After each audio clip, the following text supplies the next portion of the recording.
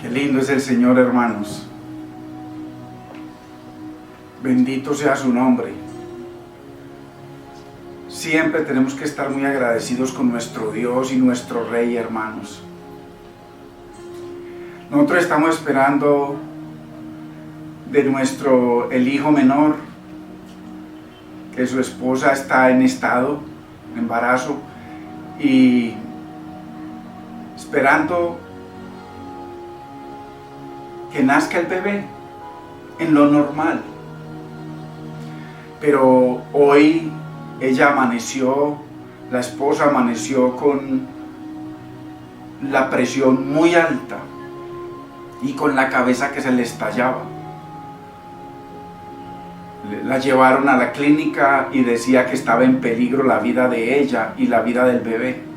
Cerebrovascular. De pronto con un problema grave cerebrovascular.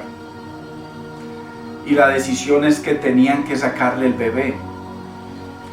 Ella venía con algunos problemas de salud. Y bueno, finalmente estuvimos orando y le pedimos, mi esposa, a través de mi esposa, a todos los hermanos en todo lugar que nos acompañaran en oración para esperar en quién más. ¿A quién tiene usted y tengo yo, tenemos nosotros en el cielo, si no es a Él? Y por eso es que podemos decir, como Él nos aconseja, fuera de Él, nada tenemos en la tierra. Y le damos gracias al Señor, hermanos. Cuando sacaron al bebé, se dieron cuenta de que el cordón le estaba dando 2 vueltas al cuello. El médico dijo que era hoy o no era.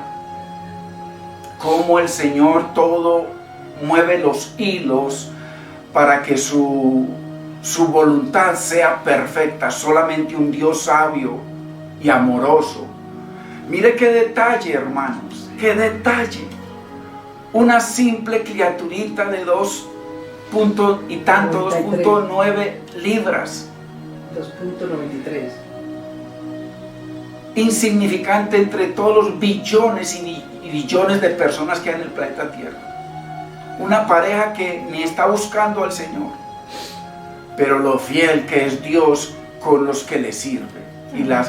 Y las oraciones, el poder de la oración de cada uno de ustedes, de cada uno de nosotros. Le damos gracias al Señor y estamos muy agradecidos. Bendito sea el nombre del Señor. El bebé nació bien. Tenía que ser hoy, según el médico. Bebé se estaba ya ahorcando y Alejandra, la esposa de nuestro hijo, está mejorando mucho.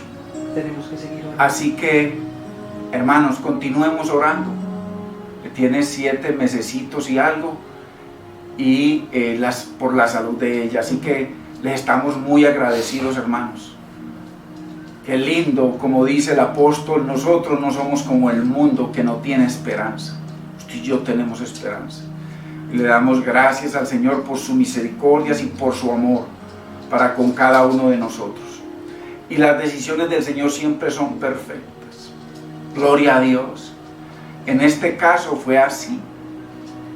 Hay casos en que el Señor permite cosas que no entendemos, pero siempre nosotros le tenemos que dar las gracias al Señor, siempre. No solamente por lo bueno, sino por cada situación, hermanos. Así que, qué lindo es el Señor y qué lindo es su amor y sus misericordias. Mi esposo y yo les estamos muy agradecidos, toda nuestra familia, nuestros hijos, hijas, todos estamos felices de poder dar este testimonio del poder y la misericordia de nuestro Dios y Rey, Padre, del Hijo y de su Santo Espíritu, el Maestro que siempre nos acompaña. Así que qué lindo es el Señor. Bendito sea el nombre del Señor. Maravilloso es nuestro Dios. Alegría y gozo, hermanos, de poder estar de nuevo a través de estos medios en comunión, hermanos, comunión del Espíritu y la comunión de la palabra.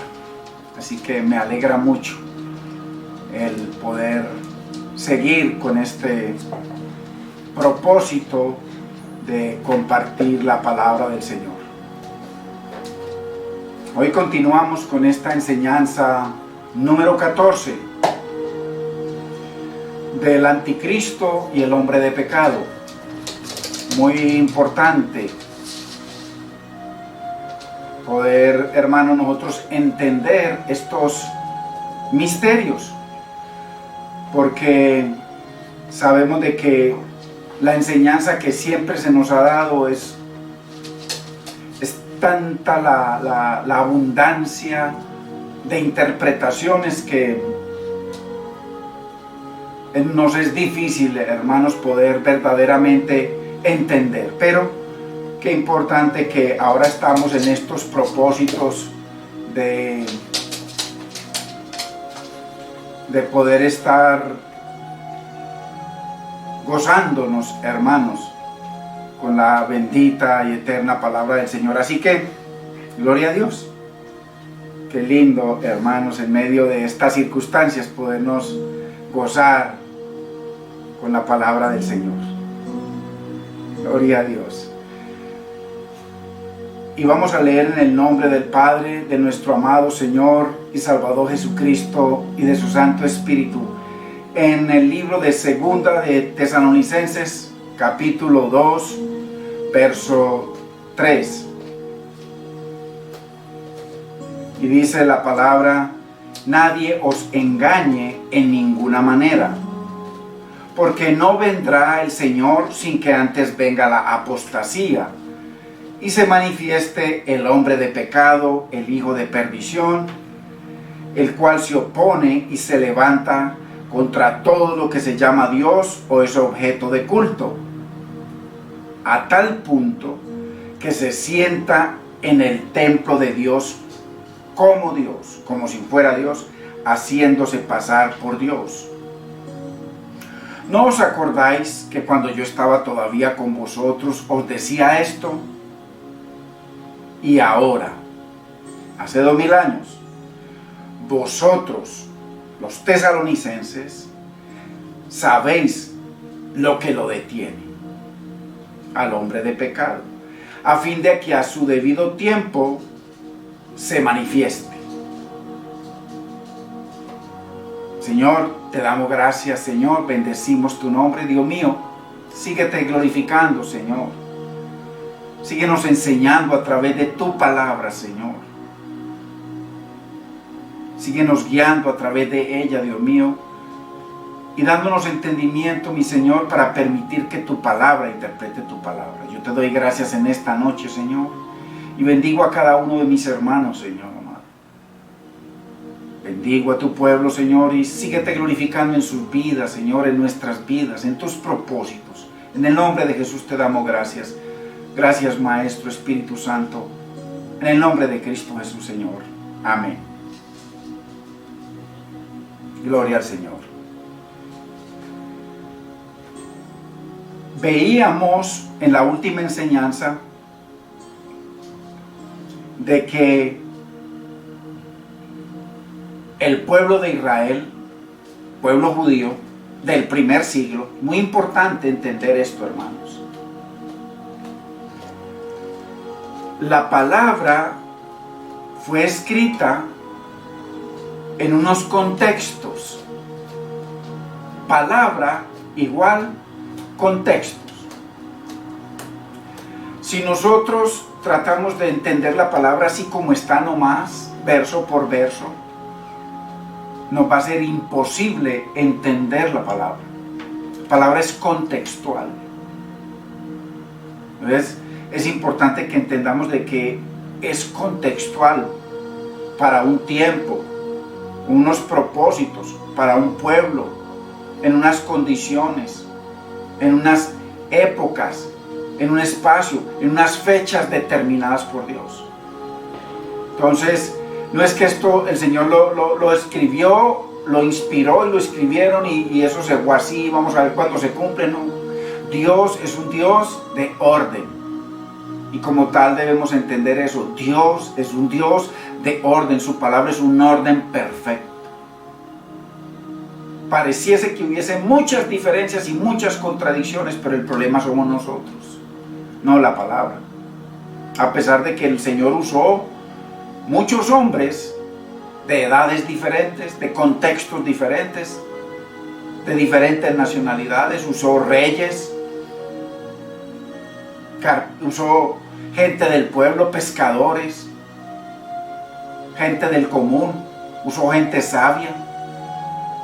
Entonces, en toda esa variedad, lo que determinaba la unidad era el Espíritu, porque fue inspirada por el Espíritu Santo. Entonces, es una unidad perfecta, a pesar de que fue escrita por todos los hombres imperfectos. Entonces, pero como la escribió el Señor, como la inspiró Él, entonces Él la inspiró en un orden perfecto y contextual. Entonces la Biblia es contextual. Así que muy importante de que el Señor traía unos propósitos para el pueblo escogido, y ese pueblo escogido de Israel siempre se negó a los propósitos de Dios. Eso hay múltiples versículos, cientos de versículos que dan testimonio de eso, al punto que el Señor había hecho un pacto y tuvo que hacer un nuevo pacto. Y cuando Él declaró el nuevo pacto, claramente el Señor, y lo quiero que lo leamos en Jeremías 31 al 33, para que miremos el contexto.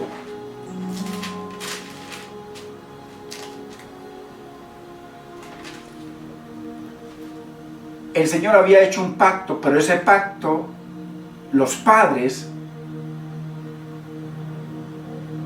dice el Señor en Jeremías 31, que los padres quebrantaron el pacto. Entonces mire lo que dice: he aquí que vienen días, está hablando de un futuro, dice el Señor, en los cuales haré nuevo pacto con la casa de Israel y la casa de Judá, 12 tribus. O sea que el Señor prometió aquí en Jeremías 31 de que el pacto antiguo dejaría de ser y que haría un nuevo pacto, pero le dijo no hoy, sino vendrán días. Y esos días eran los días de Cristo, lo que la Biblia llama los días postreros, lo que Gálatas 4:4 dice: pero cuando vino el cumplimiento de estos días, Dios envió a su Hijo, porque el nuevo pacto tenía que ser en la sangre de su Hijo. Entonces, pero cuando vino el cumplimiento del tiempo, Dios envió a su Hijo Jesucristo, nacido de mujer y nacido bajo la ley, para que redimiese a través del nuevo pacto a los que estaban bajo la ley, a los judíos. Ojo, judíos. Entonces, en los cuales haré nuevo pacto con la casa de Israel y la casa de Judá. Ojo, no como el pacto que hice con sus padres el día que los tomé, el día que tomé su mano para sacarlos de la tierra de Egipto, porque ellos invalidaron mi pacto. O sea que el primer pacto quedó inválido. Muy importante. Por eso es que como ellos lo invalidaron, ese primer pacto tenía que desaparecer. No puede haber dos pactos caminando al mismo tiempo. El nuevo pacto automáticamente deshace el viejo pacto. Por eso dice, haré un nuevo pacto. Entonces, todo lo que se refiere el Señor en la profecía acerca de Israel era acerca de ese viejo pacto y de un nuevo pacto. Y el hecho de que ellos aceptaran el nuevo pacto, entonces aceptaban al Señor como Silo, como el rey, lo aceptaban como el profeta, lo aceptaban como el nuevo Israel. El no aceptarlo, rechazaban, sus padres habían rechazado el antiguo pacto, ahora los hijos del primer siglo, si lo rechazaban, iban a rechazar el nuevo pacto. Por eso el Señor los llama en Mateo 23, 30 y tanto, dice, creo que es 32, dice que vosotros llenáis siempre la medida de vuestros padres. O sea, los que rechazaron, aquellos que el Señor ahí en Mateo 23 los llama serpientes, víboras, a los que llama sinagoga de Satanás, a los que llama hijos de su padre el diablo, a esos son los que rechazaron el nuevo pacto. Entonces les dice, la medida de los padres es que rechazaron el primer pacto. Por eso fue que cuando los puso el Señor 40 años en el desierto, para que en esos 40 años fueran muriendo, y los que se iban arrepintiendo, si se arrepentían, entraban bajo pacto con el Señor. Entonces realmente no se arrepintieron, entonces todos quedaron esparcidos por el desierto 40 años, muy importante, hermanos. Y aquí en el año 30, el Señor, faltando 2 o 3 días para que lo crucificaran los judíos, entonces el Señor vino a hacer un nuevo pacto, el nuevo pacto que habla aquí Jeremías 31. Entonces, en ese nuevo pacto, ellos iban a recibir al profeta que traía un código de muerte, como dijo Moisés en Deuteronomio 18, 15 al 18. Hechos capítulo 3, verso 23, de lo que los acusa Esteban en el capítulo 7 de Hechos. Entonces, aquellos que no aceptaran el pacto cuando él se los dejó, entonces a ellos venían unos propósitos y unos juicios de Deuteronomio 28, de Deuteronomio 32, Deuteronomio 4, en fin, todo el primer testamento está lleno de juicio para esa generación que llenara la medida. O sea que sus padres no aceptaron el pacto, por eso invalidaron el pacto, y los hijos debían haber aceptado el pacto. Para eso vino el Señor, por eso se dieron las 70 semanas de Daniel.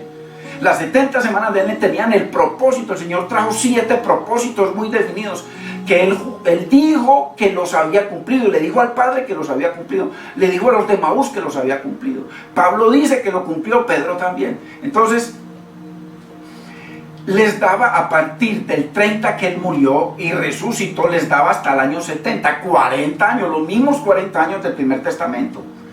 Entonces, en esos 40 años, los que se arrepintieron entraron al reino de Dios, lo aceptaron como profetas y hayan sufrido y padecido tribulaciones como los apóstoles. Pero los que no, entonces los esperaba un juicio terrible, que ese juicio, de todo eso es que habla el primer testamento, sobre la eliminación de ese primer pacto que fue invalidado, pero que seguía todavía funcionando.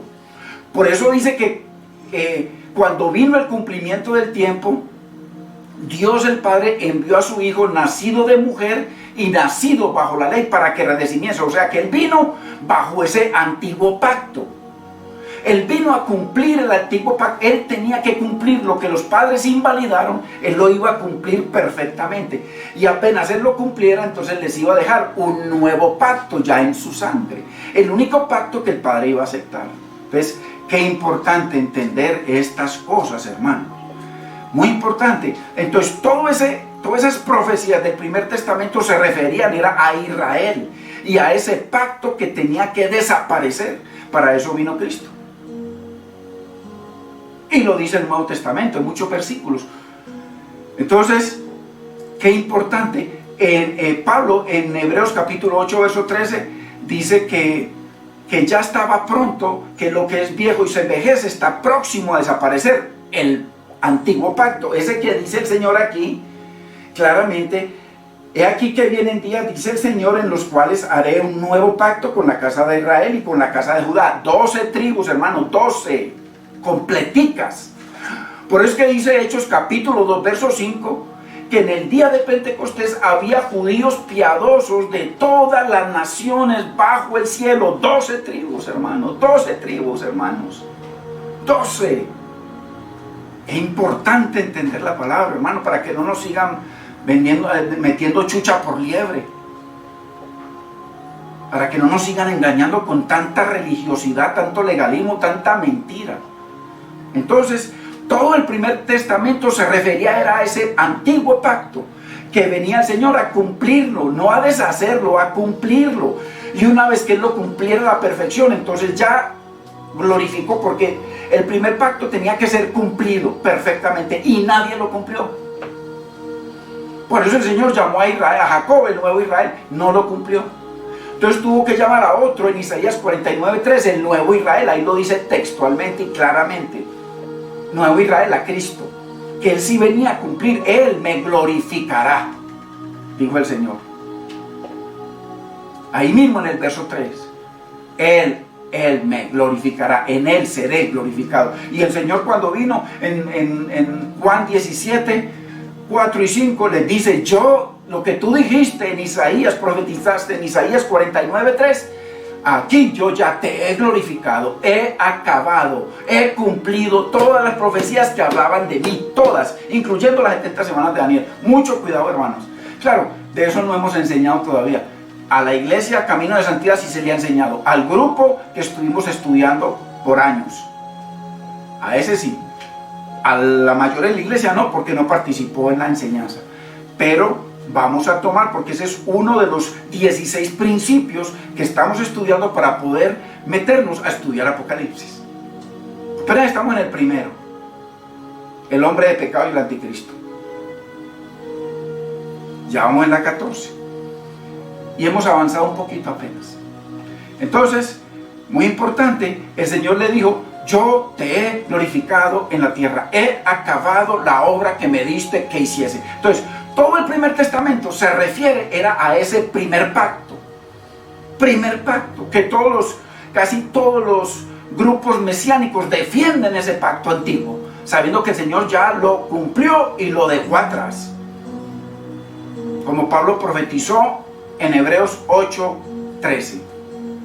Estaba próximo a desaparecer, y eso lo dijo como en el año 63. Unos añitos después fue que desapareció totalmente. Pero con ese pacto tenía que, hermanos, por amor de Dios, entendamos, con ese pacto tenía que también desaparecer totalmente de este planeta Tierra y para siempre lo que incluía ese primer pacto. ¿Qué incluía? Incluía un sacerdocio levítico, incluía unos sacrificios de animales, incluía obras de manos, incluía un templo hecho de manos, incluía un sumo sacerdote carnal, incluía cantidad de mandamientos, que todo tenía que quedar atrás, porque venía una nueva ley, como dice el Señor, porque cambiado el sacerdocio, creo que es en Hebreos 7, creo que es 12 o 14, necesario es que haya cambio de ley, o sea, nuevo pacto.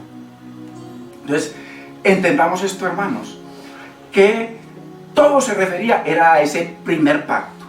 El Señor vino, lo cumplió y estableció un nuevo pacto en su sangre, y a partir de ahí ya todo es nuevo, todo es nuevo. ¿Cómo vamos a seguir enseñando? Todo es nuevo. Por eso es que le dice en Apocalipsis 21, Padre, he aquí, yo hago nuevas todas las cosas, todo es nuevo. Todo lo que Él vino a hacer. Por eso es tan importante, hermano, los estudios tan profundos que vamos a seguir realizando. Entonces, sigo leyendo aquí para que sigamos entendiendo.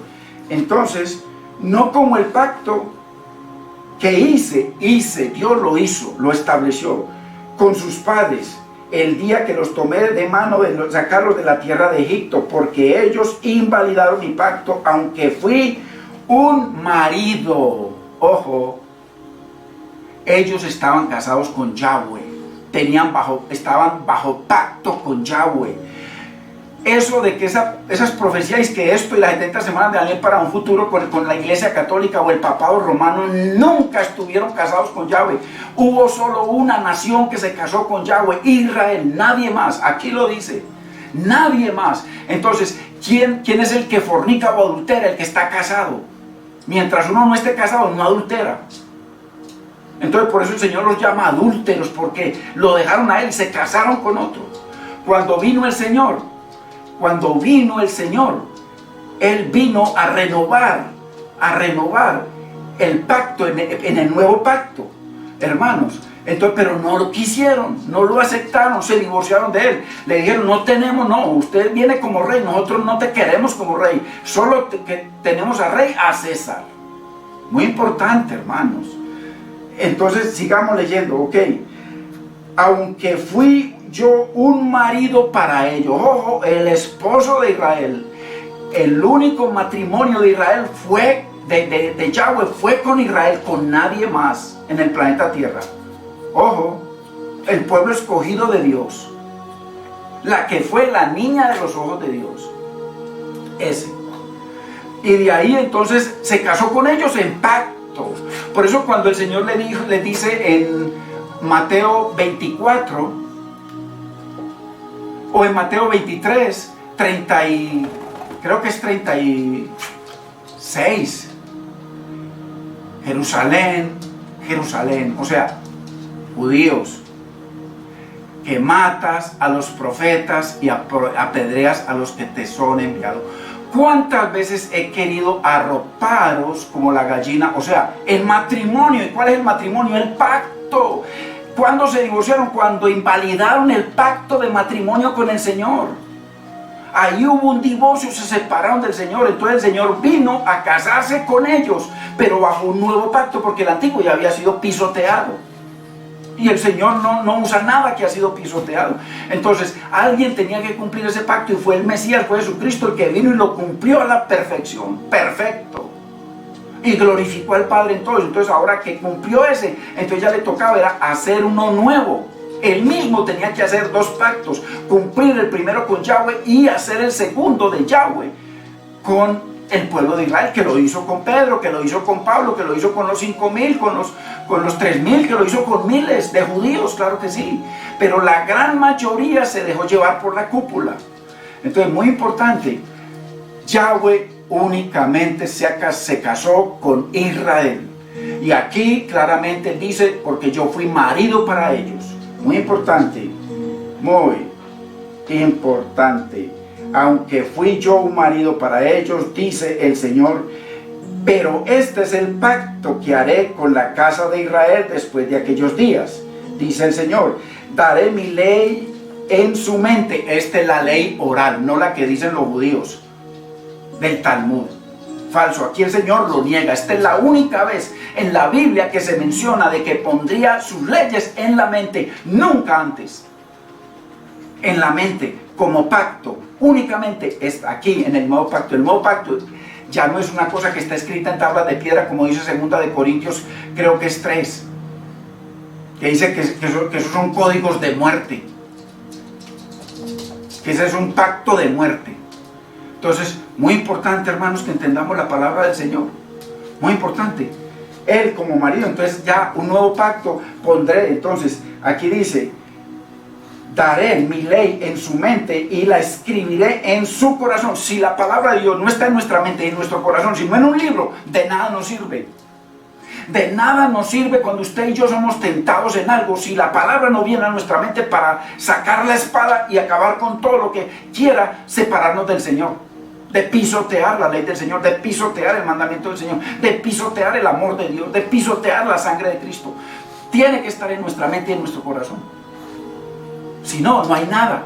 Por eso el nuevo pacto es escrito en nuestra mente y en nuestro corazón, hermanos. No lo que ellos mencionan, que es pura mentira, como todo lo de ellos, pura mentira. Por eso el Señor los llama, les dice a ellos: vosotros sois hijos de vuestro padre el diablo, eres padre de mentira. O sea que son hijos mentirosos de un mentiroso. ¿Bueno? La Biblia. No estoy hablando nada fuera de la Biblia. Entonces, muy importante, daré mi ley en su mente y la escribiré en su corazón, y yo seré a ellos por Dios. Ojo, únicamente bajo el nuevo pacto. Dios no es Dios de nadie, sino bajo el nuevo pacto, en la sangre más preciosa para Dios, la de Cristo. Fuera de eso, no hay nada. Esto no es por leerse la Biblia muchas veces. Si no hay pacto bajo la sangre de Cristo, si la sangre de Cristo no nos justifica, no hay nada, estamos muertos. Porque Dios únicamente nos acredita la perfecta vida, perfecta obediencia y perfecta justicia de Cristo. Nos la acredita como si nosotros la hubiésemos cumplido a través de la sangre de su Hijo, que viene a nuestra vida a justificarnos. Por eso ve que él se hizo pecado y recibió la ira de Dios en una cruz que le correspondía a usted y a mí. Él recibió la ira de Dios, y como dice Isaías 53, y nos adjudicó a nosotros su perfecta justicia, para que nosotros fuésemos justicia de Dios en Cristo. Entonces, muy importante.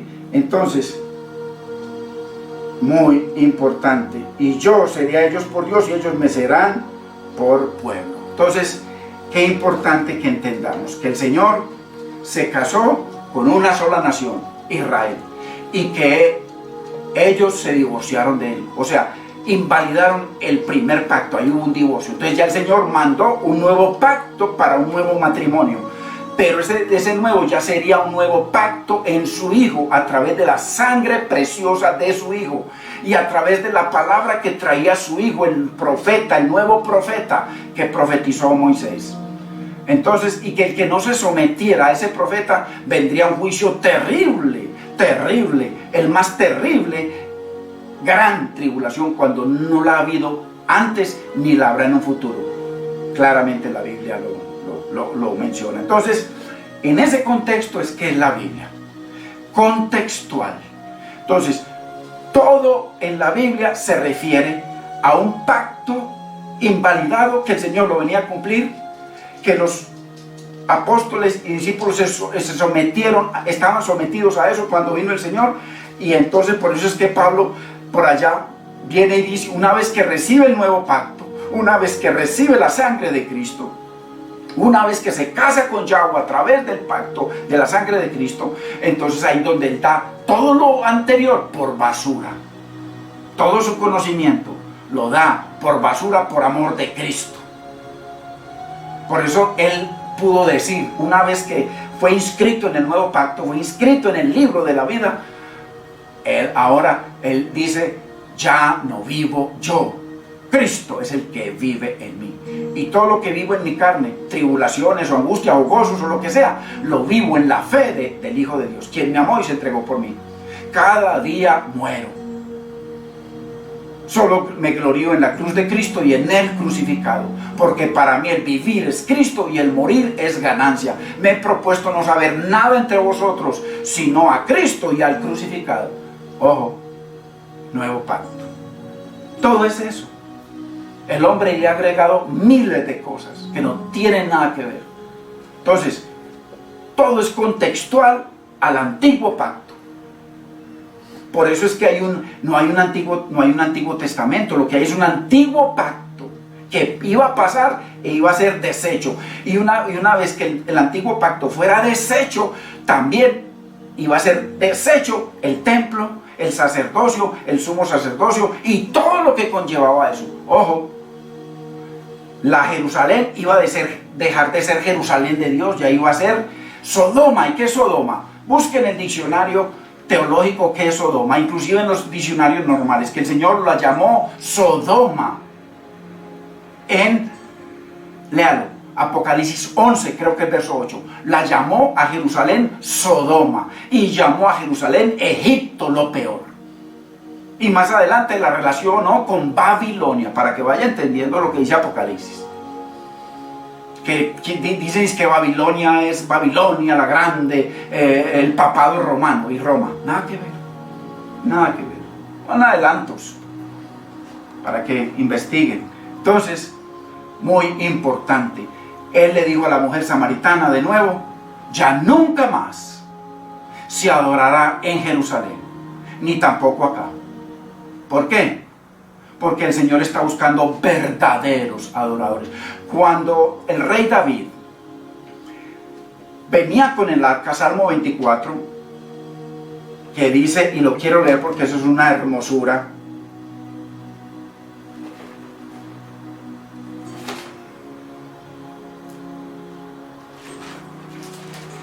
para que lo entendamos.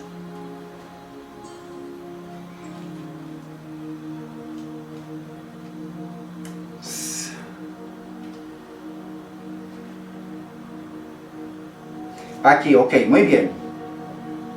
Dice en el verso 7, alzad, oh puertas, vuestras cabezas, y alzaos vosotras, puertas eternas. Ya nosotros traímos esa enseñanza.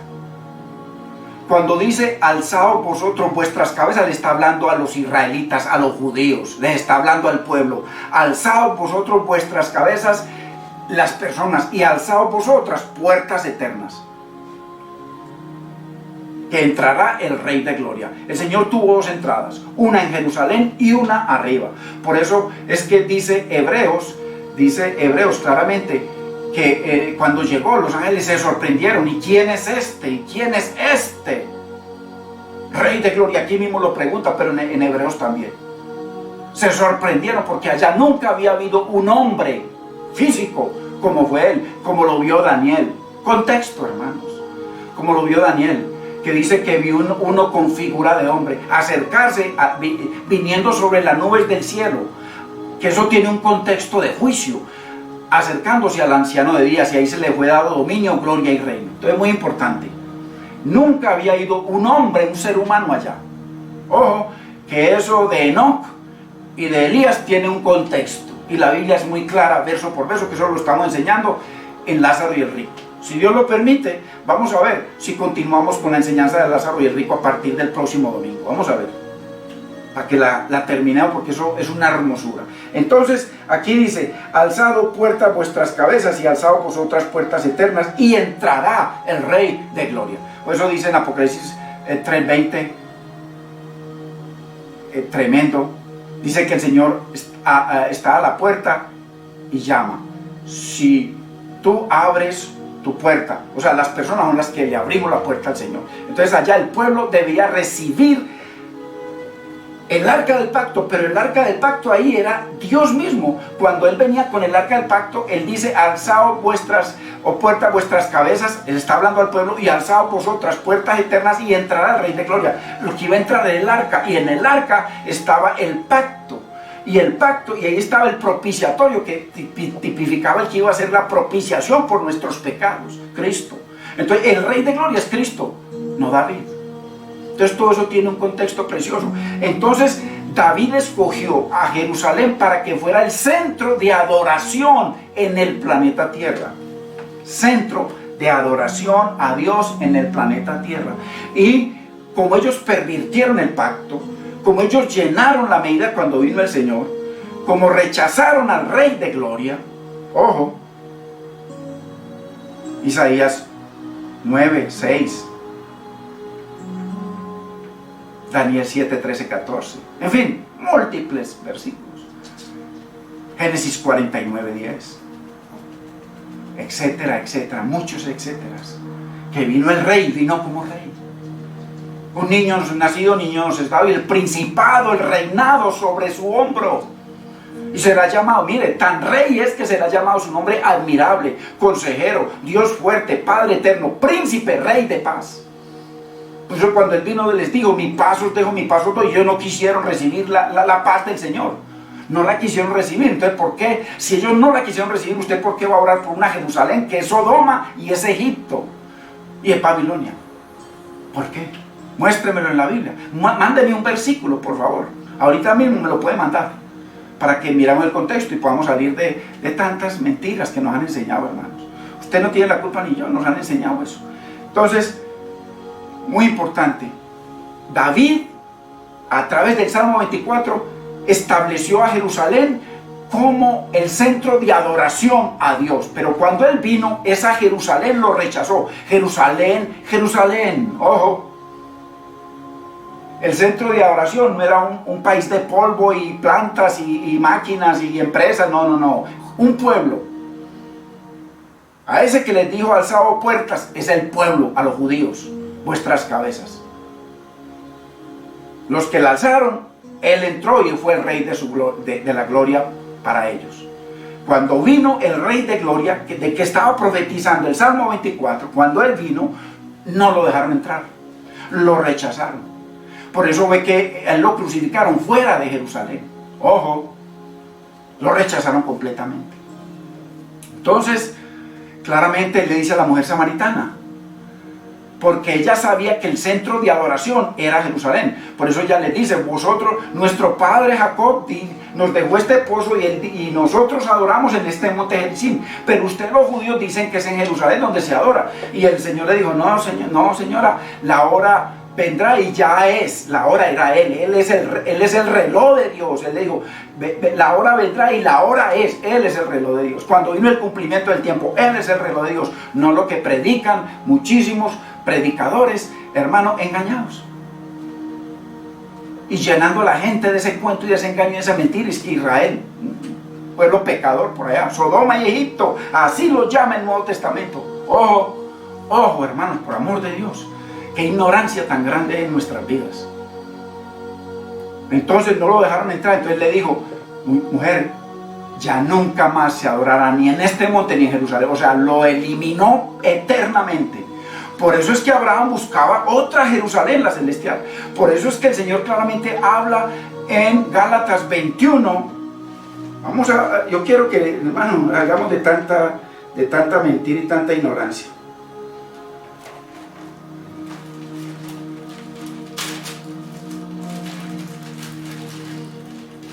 Okay. Gálatas 4.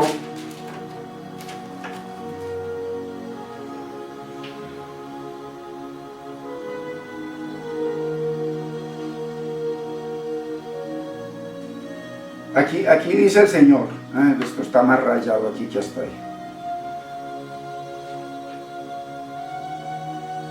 Porque está escrito que Abraham tuvo dos hijos, uno de la esclava y uno de la libre, pero el de la esclava nació según la carne, mas el de la libre por la promesa, lo cual es una alegoría. Pues estas dos mujeres son los dos pactos. Mire, un pacto, el pacto viejo que tenía que desaparecer, el que vino a cumplir el Señor, que Pablo profetizó que iba a desaparecer, y con ese pacto desaparecería todo lo que tenía que ver con eso antiguo, el judaísmo, todo el sacerdocio, todo el sumo sacerdocio, todas las leyes en cuanto a ese pacto, todo tenía que desaparecer eternamente y para siempre, para nunca más ser establecido. Muy importante, hermanos. Entonces, tipificaba dos pactos. El uno proviene del monte Sinaí, el pacto, la ley, el primero que dice en Jeremías 31 que ellos lo violaron, el cual da hijos para esclavitud. Este es Agar, porque Agar es el monte Sinaí en Arabia y corresponde a la Jerusalén actual, pues esta junto con sus hijos está en esclavitud. La Jerusalén actual, lo dijo Pablo hace 2000 años. Y a partir de que el año 70 desapareció eternamente y para siempre esa Jerusalén, la que levantaron ahorita los hombres, llenas de científicos y llenas de asesinos y llenas de todo lo que hay, y religiosos. Eso no tiene nada que ver con Dios, eso desapareció eternamente y para siempre. ¿Ok? Porque allá matan niños y cantidad de cosas, hermanos. Y no estoy ni contra ellos, ni contra los árabes, ni contra todo eso. Estamos hablando de la palabra. Entre ellos se matan. El uno le tira papeletas y los otros le tiran misiles. Mire qué comparación. Entonces, ojo, porque Agar es el monte Sinaí en Arabia y corresponde, hermanos, corresponde a la Jerusalén actual. Entonces, que orar por la paz de Jerusalén. Mire lo que dice: Dios mío bendito, sacamos de esta ignorancia. Pues esta, la Jerusalén actual, la del primer siglo. Ojo, muéstreme otra hoy que sea bíblica y muéstremelo en la Biblia, hermanos. Dios mío, qué ignorancia tan grande la que tenemos. Pues esta, junto con sus hijos, está en esclavitud. A esa, en Apocalipsis, el Señor 11 la llama Sodoma. Vaya, vea cuál es el segundo después de Nueva York, la segunda capital del mundo del sodomismo y de todas estas plagas de cosas de corrupción, de homosexualismo, y con todos esos cientos y tantos de géneros. Pues esta Jerusalén, junto con sus hijos, junto con todos los judíos, los que no se casan. Aquí está hablando de unos divorciados, de los que se divorciaron de Yahweh, los que no acogieron el nuevo pacto, de los que no se casaron con Yahweh, sino que se casaron con César. La Biblia lo dice, hermanos. Tremendo. La Biblia lo dice claramente. Tremendo. Entonces, pues esta Jerusalén junto con sus hijos está en esclavitud, mas la Jerusalén de arriba, aquella que habla Hebreos capítulo 12, verso 18 en adelante, la Jerusalén de arriba, la nacida de nuevo, aquella que dice Juan 1, 11, a lo suyo vino a cumplir las 70 semanas de Daniel, a cumplir lo que profetizó Moisés, a cumplir lo que profetizó Jacob, a cumplir lo que profetizaron todos los profetas. Hermanos, muy tremendo. A eso que vino el Señor. Entonces, y que dice, a lo suyo vino, y los suyos, los judíos, que él vino para que se casaran con Yahweh, los hijos, y él dice en Mateo 23, 32, de que ellos rechazaron al Mesías, rechazaron al Rey, rechazaron al nuevo Israel, rechazaron al profeta. Mataron los discípulos, mataron los profetas, mataron los apóstoles, los mataron a él. Se quisieron quedar con la viña, con el templo y con todo lo que traía dinero. Ojo, más los suyos, esos, los apóstatas. ¿Por qué? Porque es un apóstata, es alguien que se separa de Yahweh. Ellos, había un pacto que venía a confirmar. Ellos seguían bajo pacto, pero venía a confirmarlo. Los padres se habían divorciado, pero los hijos no. Los hijos no, por eso es que el Señor le dio oportunidad a los hijos. Les dio 490 años para que los hijos, cuando el Señor viniera, entonces ellos dijeran sí o no, y dijeron que no, o la gran mayoría. Entonces, a lo suyo vino 70 semanas, venía a cumplirla, más los suyos no la reciben, más a todos los que le recibieron, ojo, a los que se casaron con Yahweh bajo el nuevo pacto de la sangre de Cristo. Dios les dio el derecho, el poder, la potestad de ser hechos hijos de Dios, ojo, ya no engendrados de carne, o sea, ya no es hijo de Dios por ser de Israel, o por ser de Jerusalén, o por ser descendiente de Jacob o de Abraham. Ojo con eso, esa es la fe. No nacido de carne, ni nacido de sangre, ni nacido de varón, sino de Dios. O sea que ya el nuevo pacto, todo el que está en el nuevo pacto de la sangre de Cristo, está casado con Dios. Muy importante, hermanos, que entendamos esto. Entonces, porque agarre, ok, mas la Jerusalén de arriba, la cual es madre de todos nosotros, es libre, porque escrito está, regocíjate, todo estéril, que no das a luz. Muy importante. Verso 28, así que hermanos, nosotros como Isaac somos hijos de la promesa, pero como entonces, ok, ahí dice que como entonces los del pacto, el hijo de Agar perseguía a Isaac en el primer siglo, esos perseguían a los apóstoles, profetas y discípulos y al Señor. Entonces es muy importante, hermanos, entender la palabra. Contexto, pacto.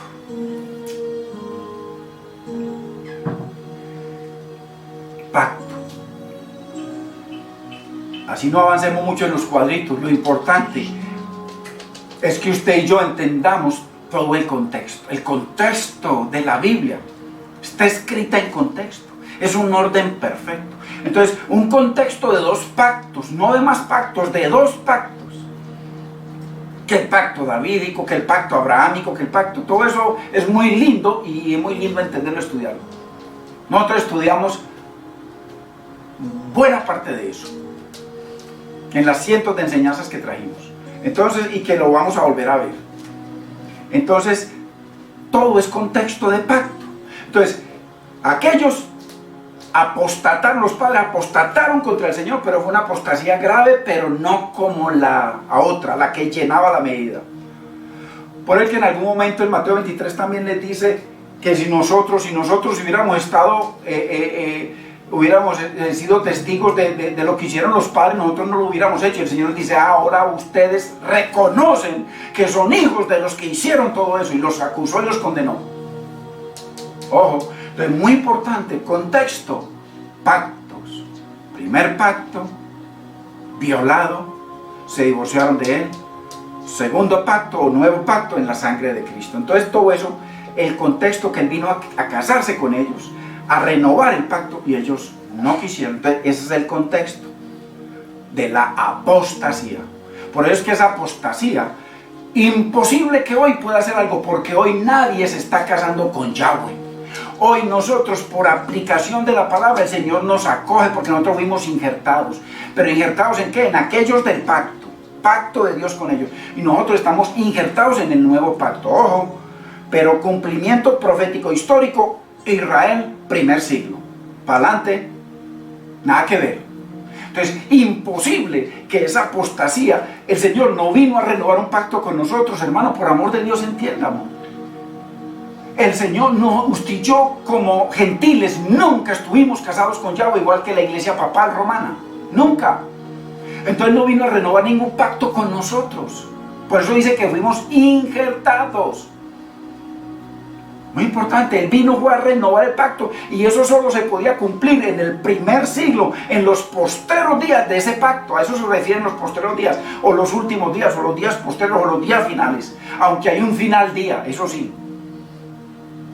Pero todo eso tenía que ver, era con el pacto. y con el pueblo del pacto, Israel. Usted y yo no entramos ahí por ningún lado, imposible. Entonces imposible que hoy en día o a partir del año 70 se cumpla esa apostasía, imposible. Mire, esto todavía con cantidad de pruebas que me ha permitido compartirlo del Señor, más negativa en contra de un supuesto nuevo apostasía, imposible, porque la apostasía solo la podía cometer unos que estaban casados con Yahweh, y usted y yo jamás estuvimos casados con Yahweh, nos casamos como injertados, ojo, y ahora ya no hay diferencia entre judío ni griego, ¿ok? En los del nuevo pacto, ya no hay diferencia. Pablo no hay diferencia con nosotros, nada que ver. Entonces, muy importante, hermanos, que entendamos esto. Esto hoy ha sido tremendo revelador, muy revelador. No tenía yo esto programado, nada que ver. Pero yo creo que el Señor nos está enseñando y nos quiere enseñar, a usted y a mí. Así que, contexto, hermanos, pacto, matrimonio. Por eso dice, el Señor cumplió el primer pacto a la perfección, y una vez que lo cumplió, ya vino y puso el otro. No lo desechó. No lo desechó, lo cumplió a la perfección, lo amó y lo abrazó hasta la cruz. Él lo cumplió todo, y en la cruz, la estocada final del pacto. Y ya a partir de la resurrección, nuevo pacto en su sangre. Por eso fue que la nueva nación nació el día de Pentecostés, con un nuevo pacto, con una nueva constitución, nuevas leyes, nuevo templo, nuevos sacrificios, nuevo sumo sacerdote, nuevo rey, todo nuevo. He aquí, Padre, yo hago nuevas todas las cosas. Apocalipsis 21, no sé si es el 19 ahí, búsquenlo. Hermanos, qué hermosura entender la palabra. Entonces, contexto, pactos, la Biblia, contexto, pactos, pero esos dos pactos. Otros pactos son preciosos, pero todo eso se cumplió a la perfección ya. Todo eso se cumplió a la perfección antes del Señor. Todo eso estaba cumplido. Y eso ya lo estudiamos nosotros y lo vamos a volver a estudiar. Entonces, muy importante, hermanos, entender de que como es contexto, la Biblia, contexto de pactos, de matrimonio, donde el Señor dice que se casó con ellos, que fue su marido, y que ellos pisotearon ese pacto de matrimonio. Entonces el Señor vino a renovar los votos con el pueblo de Israel, no con nosotros. Ojo, no con nosotros. Nosotros fuimos injertados en ese pacto. Entonces estamos casados con Yahweh a través de la sangre de Cristo. Ya no hay diferencia. Pero estamos hablando de contexto profético. El contexto profético, judíos, primer siglo. Porque en el primer siglo vino el Mesías. Y en ese primer siglo es que eran los postreros días de ese pacto. No postreros días del universo ni de la tierra. Últimos días de ese pacto. Por eso es que Pablo dice claramente en Hebreos capítulo 1, verso 1 en adelante, que el Señor, habiendo hablado a los padres por los profetas de muchas formas y de muchas maneras, en estos postreros días, lo dijo Pablo hace 1000 años, hace 2000 años. ¿Cuándo eran los postreros días? Cuando vino Cristo. Esos eran los postreros días. ¿Pero postreros días de qué? Del antiguo pacto, porque el antiguo pacto tenía que desaparecer, y con el pacto tenía que desaparecer todo lo que arropaba el pacto. Arropaba una nación que dejó de ser para siempre. Ahora la nación que hay es política, sionistas. Le puedo enviar muchos videos, que ya nosotros vimos algunos, donde los mismos judíos ortodoxos dicen de que eso no es Israel, sino que es una nación política. Política, eso es todo. Nada que ver con Yahweh. Muéstreme una sola causa de las cientos que yo le puedo mostrar por qué no son el Israel de Dios. ¿Por qué no? O la nación de Dios. Ni una sola. Una sola. ¿Se arrepintieron? ¿Volvieron al Señor ellos y sus hijos? ¿Adoptaron al Mesías como su Rey y Señor? ¿Fueron lavados con la sangre de Cristo? Nada. Que es que tales judíos se convirtieron. Sí, pasaron a ser la iglesia de Cristo. Eso es todo. Por eso es que la Biblia dice, ya no hay judío ni hay gentil. Nada. Solo la iglesia de Dios, judíos pecadores y gentiles pecadores, condenados todos. Y los que nos vengamos al Señor, entonces ahí entramos al reino de Dios. Ojo, no más. Entonces, nada que ver, hermanos. Muy importante. 2 pactos. El Señor se casó con su pueblo en el primer testamento. Ellos violaron los votos del matrimonio, como el Señor los acusa. El Señor acusa en el verso 32 de Mateo 23 de que ellos llenaban la medida de los padres. ¿Por qué? Porque los padres violaron el pacto de matrimonio y ellos también lo desecharon como su esposo, lo desecharon como su Señor, lo desecharon como su rey. Ojo, más bien acogieron a César. Es muy importante, hermanos. Ese es el contexto. Por eso que quiero insistir, porque esto es nuevo para ustedes y nuevo para mí. Quiero insistir. Imposible, hermanos, con esto de hoy, con este entendimiento de hoy, que yo no lo tenía ni programado ni nada.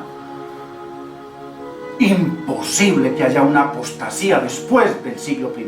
Imposible, porque tenía que ser un pueblo con el que es el mismo pueblo del Antiguo Testamento, es del Antiguo Pacto, hijos del Antiguo Pacto. En el Nuevo Testamento tenía que ser el pueblo judío ese, y tenía que estar Cristo ahí para poder que se levantaran los anticristos. Ojo, tenía que estar Él ahí. Y estar sus profetas ahí, sus apóstoles ahí, sus discípulos. Ojo, que lo demás somos aplicación. Por eso es que nosotros nunca nos casamos con Yahweh, jamás. Él se casó con su pueblo y vino a renovar matrimonio para casarse de nuevo con los hijos, y los hijos lo rechazaron. A lo suyo vino, a lo suyo, a cumplir los propósitos con ellos, y los suyos, él dice suyos, no nosotros, Israel, no lo recibieron. Entonces hoy en día, imposible, hermanos, imposible. Todo es una mentira, hermano. Miles y miles y miles de siervos del Señor engañados, como nosotros también estuvimos engañados. El Señor los ayude a entender la palabra. Pero no hay otra, busque cualquier otra, no existe. Entonces, a partir del primer siglo que el Señor deshizo, hermano, el Señor dejó pruebas en la historia. Usted lo puede buscar en el internet, encuentra millones de pruebas o millones de escritos de que en el año 70 se destruyó completamente la nación, la genealogía, el templo, la ciudad, los sacrificios, el sacerdocio, sumo sacerdote, todo eso que están nombrando ahora por allá en un Israel. Eso no tiene que ver nada con Dios. Como yo mañana me puedo declarar que soy Jesucristo, ¿qué importa? No tiene nada que ver con eso. O que soy el Papa, o que soy el diablo, no importa, puras estupideces, hermano. Así de sencillo. Entonces, contexto, pacto. Y es bajo ese pacto que no quisieron, en donde entonces, como eran suyos, los suyos, apostasía es ser de adentro e irse en oposición a lo de adentro donde pertenecía. Usted y yo no podemos cometer apostasía, hermanos, en ese contexto de pacto, nunca. Ahora y un día usted y yo podemos apostatar contra el Señor, claro que sí, pero no en el contexto profético y con un cumplimiento histórico, nada que ver. Sí pueden apostatar. Oye, hay pastores que han apostatado terriblemente, que han dejado al Señor. Yo mismo tengo amigos que nos predicaron a toda mi familia y que toda mi familia conoce al Señor por ellos, y se volvieron judíos, judaizantes, rechazaron a Cristo, dicen que Cristo es una basura y que Pablo es una basura y que el Nuevo Testamento es una mentira. ¿No le parece? Apóstata. Pero esos pobres están desechados, ellos mismos se desecharon. Pero el cumplimiento profético histórico solamente se podía dar en los postreros días, primer siglo. Nuevo pacto en la sangre de Cristo, en un pueblo que era de Dios. A lo suyo vino y los suyos eran de Él. No usted y yo, no lo recibieron. ¿Ok?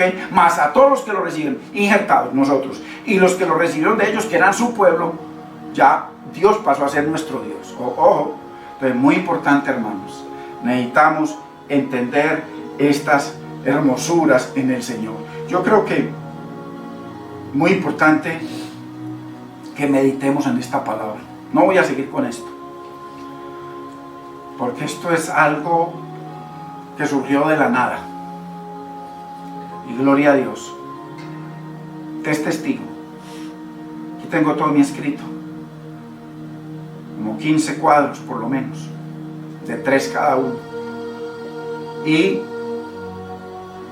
Pero el Señor nos dio a entender hoy un fundamento tremendo. No estaba en mi mente, pero sí en mí los deseos de mi corazón poder entender la palabra del Señor. Eso sí estaba.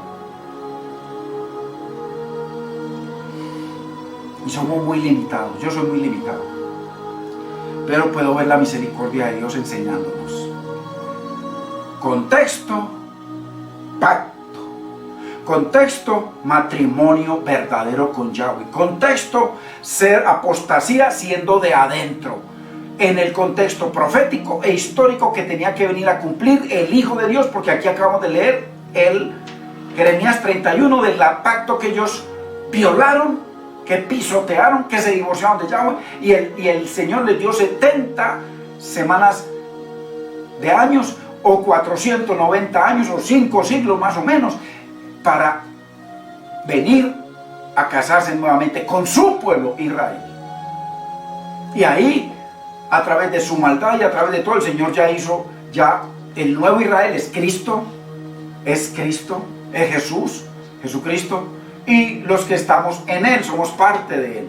Entonces, muy importante, que es únicamente en el contexto de la venida del Señor. Por eso, cuando vino el cumplimiento del tiempo, ¿cuál cumplimiento del tiempo para qué? Para el nuevo pacto que profetizó Jeremías 31, 31 y 33. Para el cumplimiento que profetizó Jacob, Génesis 49, 10. Que Él les iba a permitir que gobernaran Israel como quisieran. Que sostuvieran el cetro. Que gobernaran al pueblo. Que hicieran lo que quisieran. No que hicieran lo que quisieran, sino que ellos hicieran lo que quisieran. Hasta que viniera Silo, el rey. Silo, rey de paz. Y lo que profetizó Moisés del nuevo profeta, que traía un código de muerte. Lo que profetizó Isaías 61, 1 y 2, de que él venía para entregarles el año agradable del Señor y el juicio, la venganza del Dios nuestro. Ojo, que cuando él leyó en Lucas 4:44, él claramente leyó el libro de Isaías, porque el libro de Lucas no existía, y paró, inmediatamente seguía, y el día de venganza del Dios nuestro. Ojo, paró ahí. ¿Por qué? Porque en ese momento él estaba comenzando su ministerio para que casarse con ellos de nuevo, para casarlos con el Padre, con Yahweh. Ojo, y como no se casaron ya a los 30 años, 3 días o 2 días antes de morir, el Señor viene y les declara lo que declaró Pedro en Hechos capítulo 2, verso 19 al 21. Ojo, en juicio. Pero todos en donde dicen, nosotros no estamos borrachos. Esto fue lo que profetizó Joel, que en los postreros días, ojo, primer siglo, postreros días ¿de qué? Del viejo pacto. Postreros días ¿de qué? De todo lo que incluía el viejo pacto, porque el Señor no solamente cumplió el nuevo pacto, lo dejó a un lado, sino que terminó y exterminó y fumigó eternamente y para siempre esa ciudad, ese país, esa nación de Dios, como de Dios. Ojo, ese sacerdocio, ese sumo sacerdocio, esas celebraciones, ojo, esos sacrificios, todo lo que tenía que ver con ese primer pacto. Muy importante, contexto, primer pacto. Así que, hermanos, todo es ese contexto. ¡Qué maravilloso! Bendito es el nombre del Señor, hermanos. Bendito es el nombre del Señor. Hermanos, si Dios lo permite, vamos a comenzar. Acuérdense que cuando yo hablo en el contexto de no mantenimiento, es porque nos esforzamos por estudiar la palabra.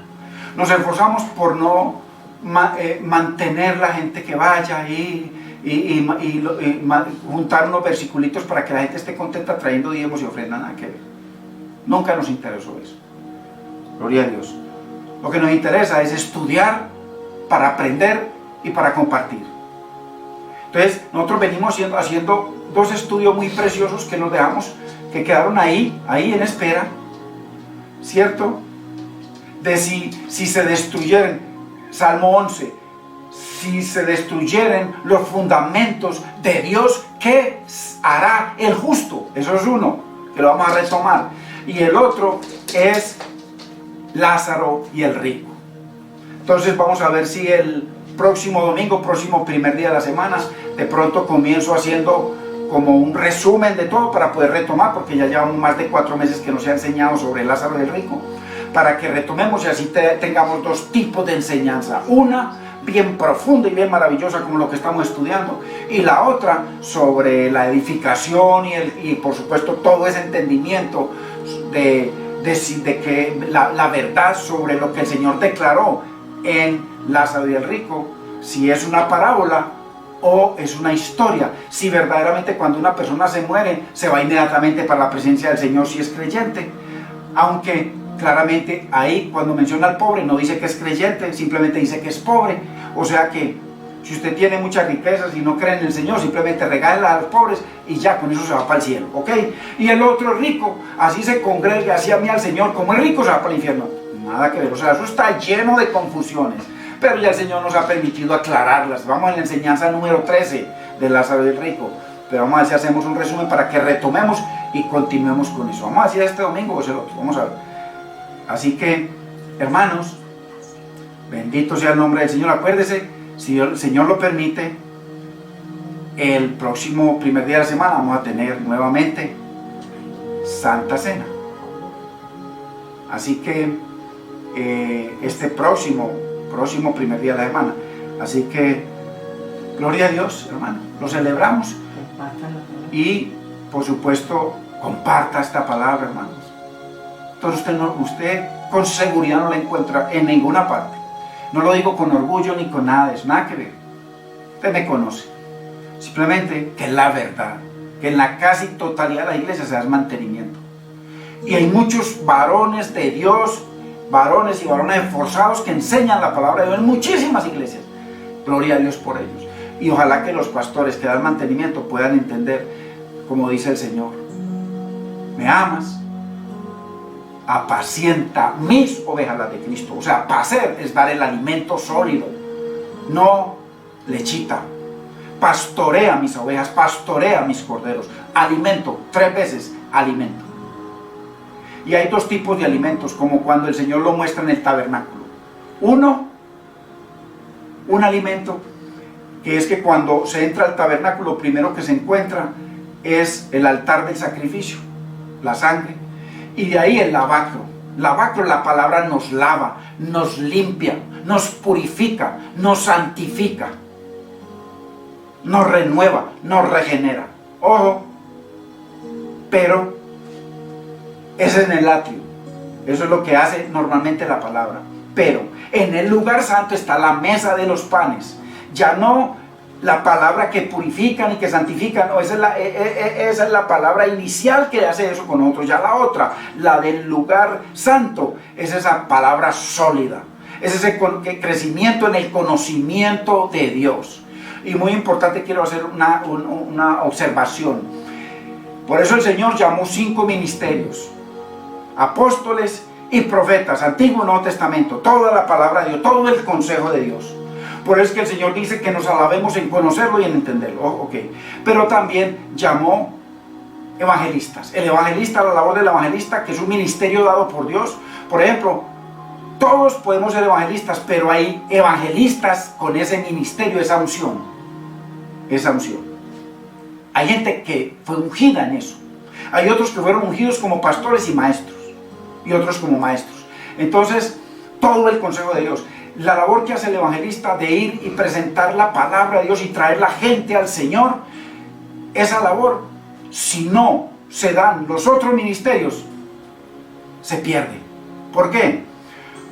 Porque Efesios 4:11 dice claramente que el Señor creó esos 5 ministerios, los llamó esos 5 ministerios, para que creciésemos a la estatura del varón maduro, Cristo, en el conocimiento de Dios, en los atributos del Señor, esas son las excelencias y perfecciones del Señor, en conocer al Señor. El Señor demanda juicio en Oseas 6:4 y 4:6 y en otros versículos, por no conocer a Dios. Entonces, por eso es que la gran mayoría de la iglesia ha sido evangelizada, o sea, llamada, pero escogida y fiel, como dice Apocalipsis, creo, no sé si es 17 o 15.